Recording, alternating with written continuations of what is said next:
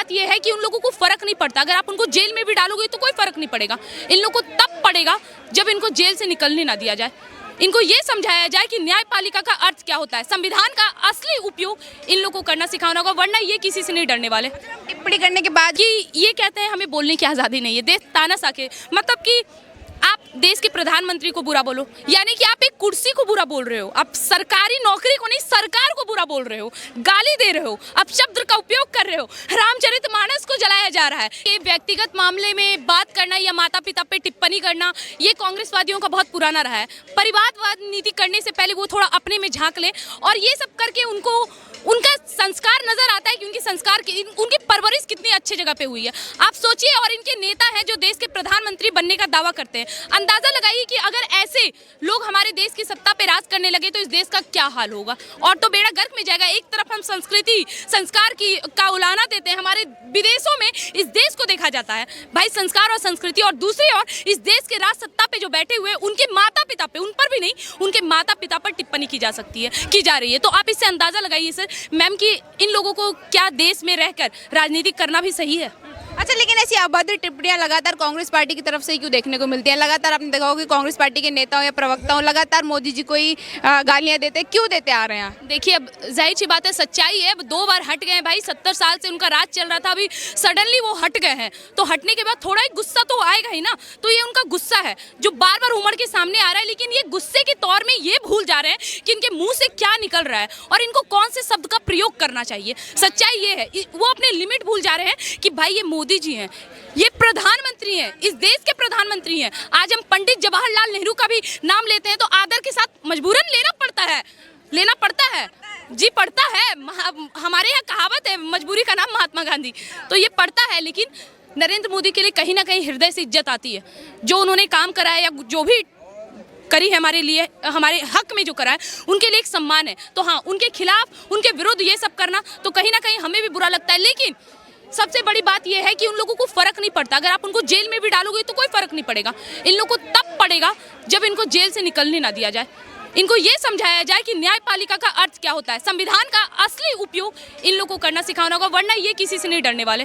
टिप्पणी करने के बाद जब कार्रवाई करी जाती है तो समर्थक रोड पर आ जाते हैं, बोलते हैं मोदी तेरी कब्र खुदेगी। समर्थक उनके तो क्या कैसी राजनीति खेल? आप सोचिए कि इस देश का प्रधानमंत्री और इन्हीं के खिलाफ सड़कों पे नारे लग रहे हैं, तो क्या इनके नाम का कहीं डर है?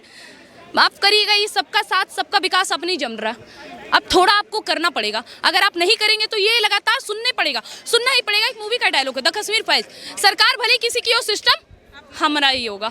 तो वही चीज हो रहा है, सरकार किसी की भी हो, सिस्टम उनका ही चल रहा है। वो जैसा सिस्टम को चलाना चाह रहे हैं, सिस्टम सेम टू सेम वैसा ही चल रहा है।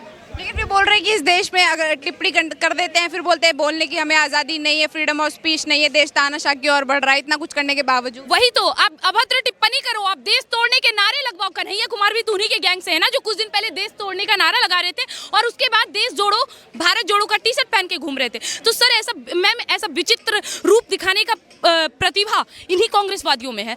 इतना विचित्र रूप से यही सामने आ सकते हैं, और कोई नहीं, इनकी जगह और कोई नहीं ले सकता है। आप अंदाजा लगाइए ना खुद कि ये कहते हैं हमें बोलने की आज़ादी नहीं है, देश तानाशाह के मतलब कि आप देश के प्रधानमंत्री को बुरा बोलो, यानी कि आप एक कुर्सी को बुरा बोल रहे हो, आप सरकारी नौकरी को नहीं सरकार को बुरा बोल रहे हो, गाली दे रहे हो, आप शब्द का उपयोग कर रहे हो, रामचरितमानस को जलाया जा रहा है। इस देश की हाल ये विडंबना बता रही है। उसके बाद भी लोग ये कह रहे हैं भाई हमें कुछ नहीं पता, इस देश में तानाशाही हो रहा है। अगर वाकई में तानाशाही होता ना, तो जिस दिन रामचरितमानस जलाया गया दूसरे दिन वो जलाने वाला खुद जलता। तानाशाही अभी नहीं हुआ है, लेकिन अगर इन लोगों का यही हथकंडा रहेगा, मैं इस देश के और किसी भी नपुंसक लोगों से कुछ नहीं बोलूंगी। हाथ जोड़ के इस देश के सभी साधु संतों से, अघोरियों से निवेदन करूंगी कि अब आप अपने धर्म के लिए खड़े होइए, बाकी सब मर चुके हैं। मैम, लगातार ऐसी गतिविधि कर रही है कांग्रेस पार्टी, क्या लगता है 24 के चुनाव में जीत पाएंगे ये लोग? ये डर है, उनको पता है कि वो नहीं जीत पाएंगे, बस इसलिए उनका डर है ये कि भाई अब तो जीत नहीं पाएंगे, तो कुछ तो ऐसे टिप्पणी करे ताकि लाइमलाइट में रहे, वरना लोग तो उनको भूल जाएंगे ना। कौन जानेगा कि कहाँ से कौन विधायक खड़ा हो रहा है, कहाँ से कौन सांसद खड़ा हो रहा है। वो लाइमलाइट में आने के लिए ये सब प्रतिक्रिया कर रहे हैं, और कोई बात नहीं है। राहुल गांधी जी भारत जोड़ो यात्रा करते हैं, उनके कार्यकर्ता टिप्पणी करते हैं मोदी जी पर, ये क्या है, बैलेंस कर रहे हैं क्या? हाँ, बस सही बात है। इन लोग ना आपस में मिला के चल रहे हैं कि भाई हम ये करेंगे तुम वो करना, हम ये करेंगे तुम वो करना। उसके ये उन लोगों की मिली भगत है। इनको देश से कोई मतलब नहीं है, इनको धर्म से कोई मतलब नहीं है।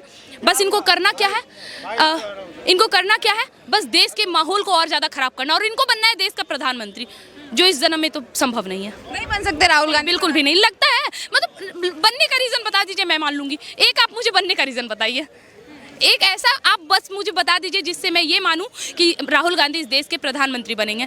ठीक है, कहते हैं हमने लोगों को जोड़ा है, नफरत लोगों में फैल गई थी जिसे हम मोहब्बत के थ्रू हम जोड़ने निकले लोगों को, तो इस बेसिस पर क्या पता जीत जाए? नहीं नहीं नहीं, ये सब गलतफहमी है, ये सबसे गलतफहमी है। किसे जोड़ने निकले थे? वो कह रहे थे कि मोदी जी ने नफरत करी, हम मोहब्बत की दुकान खोल के लोगों को जोड़े।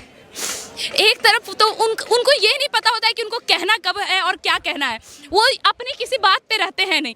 जिस नफरत की राजनीति को अपना कर इस देश के टुकड़े किए गए, उस वक्त इनको नहीं समझ में आया। इनके बाप दादाओं ने टुकड़े कर दिए, लेकिन आज इनके बेटे, इनके सुपुत्र निकले भारत जोड़ो।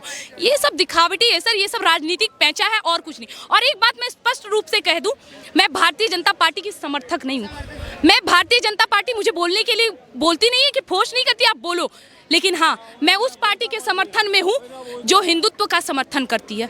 अगर उसके जगह कांग्रेस होती तो मैं समर्थन करती, लेकिन कांग्रेस ने केवल और केवल हमारे धर्म के विरुद्ध कार्य किया है, इसलिए आजीवन मैं कांग्रेस का समर्थन नहीं करूंगी। धन्यवाद।